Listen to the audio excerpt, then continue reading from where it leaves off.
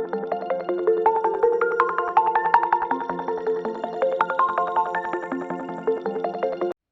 Friends, நாம் இன்றைக்கி என்ன ரெசிபி பார்க்க போகிறோன்னா ஹோம்மேட் பீஸா. வாங்க எப்படி பண்ணுறதுன்னு பார்க்கலாம். அதுக்கு ஃபஸ்ட்டு நான் ஒரு பவுல் எடுத்திருக்கேன். அதில் 2 டேபிள் ஸ்பூன் சுகர் சேர்த்துக்கிறேன். நம்ம ஈஸ்ட்டு ஆக்டிவேட் பண்ணணும். ஸோ அதுக்காக அப்புறமா ஒரு 1 டம்ளர்கிட்ட நான் வாட்டர் சேர்த்துருக்கேன். வார்ம் வாட்டர் சேர்த்துருக்கேன். சேர்த்துட்டு அந்த சுகரை நல்லா கலக்கி விட்டுக்கலாம். அதுக்கப்புறமா ஒரு டேபிள் ஸ்பூன் ட்ரை ஈஸ்ட் எடுத்து அதில் சேர்த்துக்கலாம். இது இப்போது ஆக்டிவேட் ஆகணும். ஒரு 5 மினிட்ஸ் நம்ம வெயிட் பண்ணிக்கலாம். சும்மா லைட்டாக கலக்கி விட்டுட்டு நம்ம இதை எடுத்து ஓரமாக வச்சிடலாம்.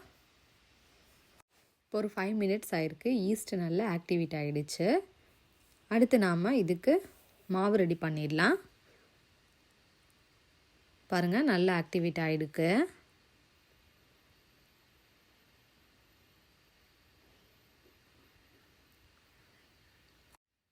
ஒரு கப் மைதா மாவு எடுத்திருக்கேன். நீங்கள் எந்த கப்பில் எடுக்கிறீங்களோ அதில் எடுத்துக்கோங்க. நான் ஒரு பெரிய பவுலில் 1 கப் எடுத்திருக்கேன். சேர்த்துட்டு இதுக்கு தேவையான உப்பு சேர்த்துக்கலாம். ஒரு டீஸ்பூன் அளவுக்கு உப்பு சேர்த்துக்கோங்க. உப்பு சேர்த்துட்டு அந்த ஈஸ்ட் தண்ணியோடு சேர்த்து ஃபுல்லாக கலந்துருங்க.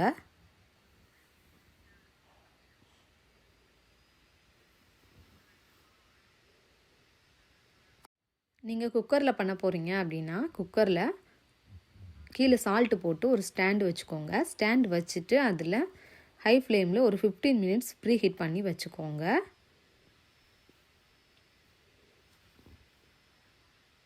இப்போ கொஞ்சம் கொஞ்சமாக தண்ணி சேர்த்து இதை நல்லா பிசைஞ்சுக்கலாம். ஒரு 15 மினிட்ஸ் கிட்ட பிசைஞ்சாதான் அந்த மாவு நல்லா சாஃப்ட் ஆகும்.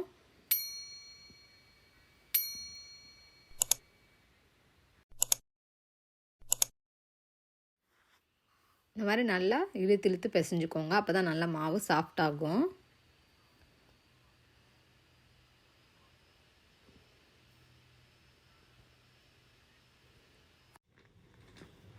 இந்த மாதிரி நல்லா 20 மினிட்ஸ்க்கு இந்த மாவை பிசைஞ்சுக்கலாம். இப்போ பிசைஞ்சதுக்கப்புறமா இதை ஒரு 2 ஹவர்ஸ் நம்ம ஊற வைக்கணும். எந்த அளவுக்கு இது ஊறுதோ அந்த அளவுக்கு இது நல்லா சாஃப்டாக இருக்கும்.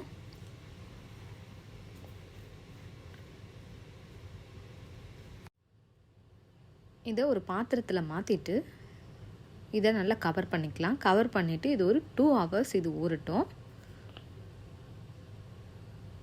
நம்ம இதுக்கு வெஜிடபிள்ஸ் எல்லாம் கட் பண்ணிக்கலாம் இது ஊற டைமில்.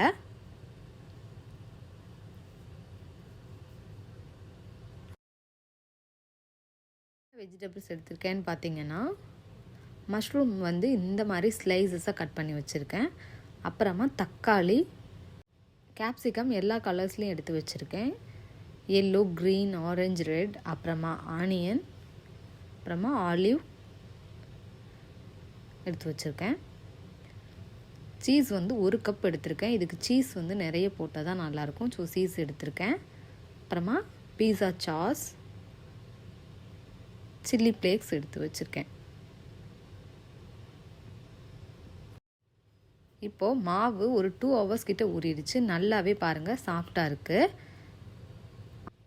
அவனில் பண்ண போகிறீங்க அப்படின்னா அவன் 450 டிகிரியில் 12 மினிட்ஸ் ஃப்ரீ ஹீட் பண்ணிக்கோங்க. இதை நல்லா மாவை விரித்து விட்டுக்கலாம். பீஸா ட்ரேயில் எடுத்துட்டு அதில் லைட்டாக எண்ணெய் தேய்ச்சிக்கோங்க. எண்ணெய் தேய்ச்சிட்டு இந்த மாதிரி கொஞ்சம் கொஞ்சமாக விரித்து விட்டுக்கோங்க.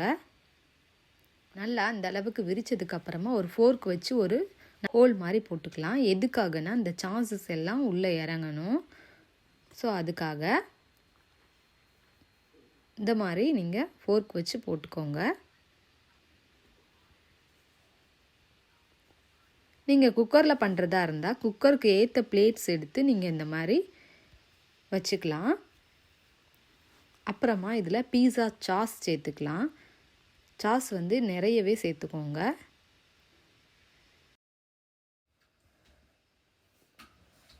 சேர்த்துட்டு ஃபுல்லாக தடவி விட்டுக்கலாம். இந்த மாதிரி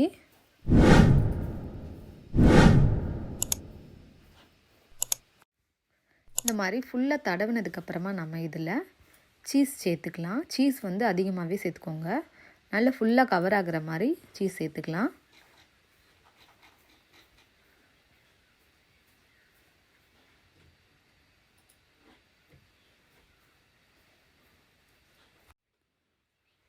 நெக்ஸ்ட்டு எல்லா வெஜிடபிள்ஸையும் நம்ம அரேஞ்ச் பண்ணிக்கலாம்.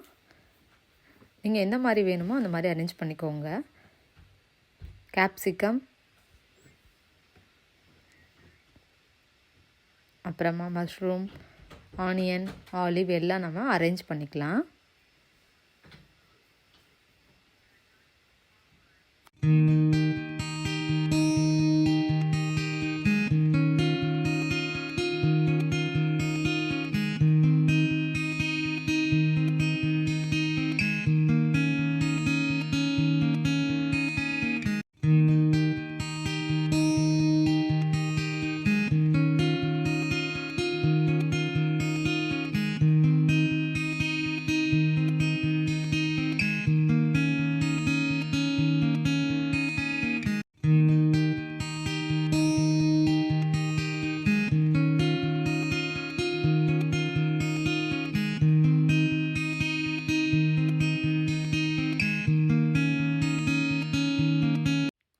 இந்த மாதிரி எல்லா வெஜிடபிள்ஸையும் அரேஞ்ச் பண்ணதுக்கப்புறமா நம்ம இதில் சில்லி ஃப்ளேக்ஸ் போட்டுக்கலாம். சில்லி ஃப்ளேக்ஸ் இந்த மாதிரி எடுத்து நல்லா தூவி விட்டுக்கோங்க. அப்புறமா மறுபடியும் நாம் இதில் சீஸ் சேர்த்துக்கலாம்.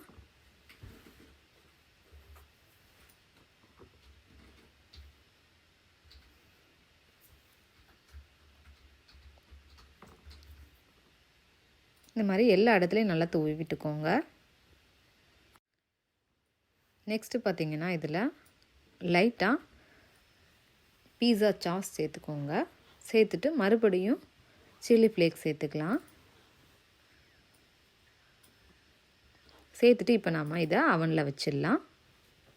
அவன் ஆல்ரெடி 450 டிகிரியில் 12 மினிட்ஸுக்கு நம்ம ப்ரீ ஹீட் பண்ணியிருக்கோம். ஸோ இப்போ அதை நம்ம அவனுக்குள்ளே வச்சுக்கலாம். குக்கரில் பண்ணும்போதும் இதே மெத்தட் தான். ப்ரீ ஹீட் பண்ணிவிட்டு நீங்கள் உள்ளே வச்சுக்கலாம். வச்சுட்டு ஒரு 70 மினிட்ஸில் எடுத்துடலாம். அவன்லங்கும்போது நான் 12 மினிட்ஸ் வச்சுருக்கேன். 12 மினிட்ஸ்க்கு அப்புறமா நம்ம இதை ஓப்பன் பண்ணி பார்த்துக்கலாம்.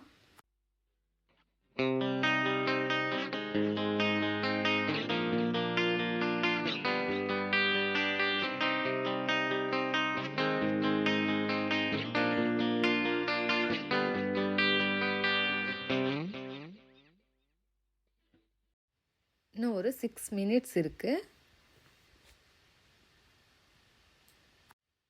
இப்போ நம்ம இந்த பீஸாவை வெளியில் எடுத்துக்கலாம்.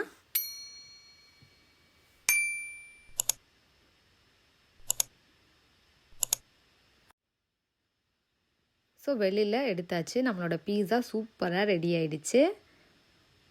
இதை நம்ம இப்போ பீஸா கட்டர் வச்சு கட் பண்ணிக்கலாம். பீஸா கட்டர் இல்லைங்கிறனால நாங்கள் நைஃப் வச்சு கட் பண்ணியிருக்கோம்.